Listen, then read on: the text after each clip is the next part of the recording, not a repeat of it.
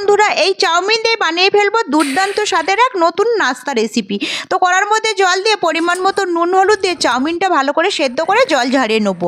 আর যত রকমের সবজি ছিল ছোটো ছোটো টুকরো করে কেটে নিয়ে ওর মধ্যে দিয়ে দিচ্ছি পরিমাণ মতো নুন, গোলমরিচের গুঁড়ো, chaat masala, soya sauce, chilli sauce, tomato sauce আর 4টে ডিম ফাটিয়ে দিয়ে দিচ্ছি। তো সব কিছু দিয়ে ভালো করে একসাথে মিশিয়ে একটু ফেটিয়ে নেবো।